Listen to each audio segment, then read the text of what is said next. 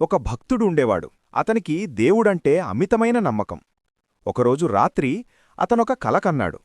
ఆ కలలో అతను దేవుడితో కలిసి సముద్రతీరంలో నడుస్తున్నాడు.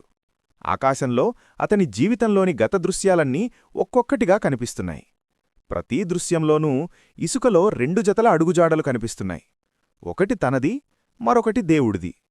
కాని తన జీవితంలో ఎదురైన అత్యంత కష్టకాలంలో, అంటే తను ఎంతో బాధలో ఉన్న సమయాల్లో మాత్రం ఇసుకలో ఒకే ఒక్క జత అడుగుజాడలు కనిపించాయి.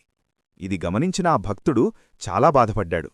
అతను దేవుణ్ణి ఇలా అడిగాడు, స్వామీ, నేను నిన్ను నమ్మి నీవెంటే నడిచాను కదా, కాని నా జీవితంలో నేను ఒంటరిగా ఉండి ఎంతో కష్టపడిన సమయంలో మాత్రం నువ్వు నన్ను వదిలేశావు. అక్కడ కేవలం ఒకే ఒక్క జత అడుగుజాడలున్నాయి. నా కష్టాల్లో నువ్వు నా వెంట ఎందుకు లేవు? అప్పుడు దేవుడు చిరునవ్వుతో ఇలా సమాధానమిచ్చాడు, నా బిడ్డా, నేను నిన్ను ఎప్పుడూ ప్రేమిస్తూనే ఉంటాను. నిన్ను ఎన్నడూ వదిలిపెట్టను. నీ కష్టకాలంలో నీకు కనిపించిన ఆ ఒకే ఒక్క జత అడుగుజాడలు నావి. ఎందుకంటే ఆ సమయంలో నీ బాధను చూడలేక నిన్ను నా భుజాలమీద ఎత్తుకుని నడిచాను. ఈ కథ మీకు నచ్చిందా? కామెంట్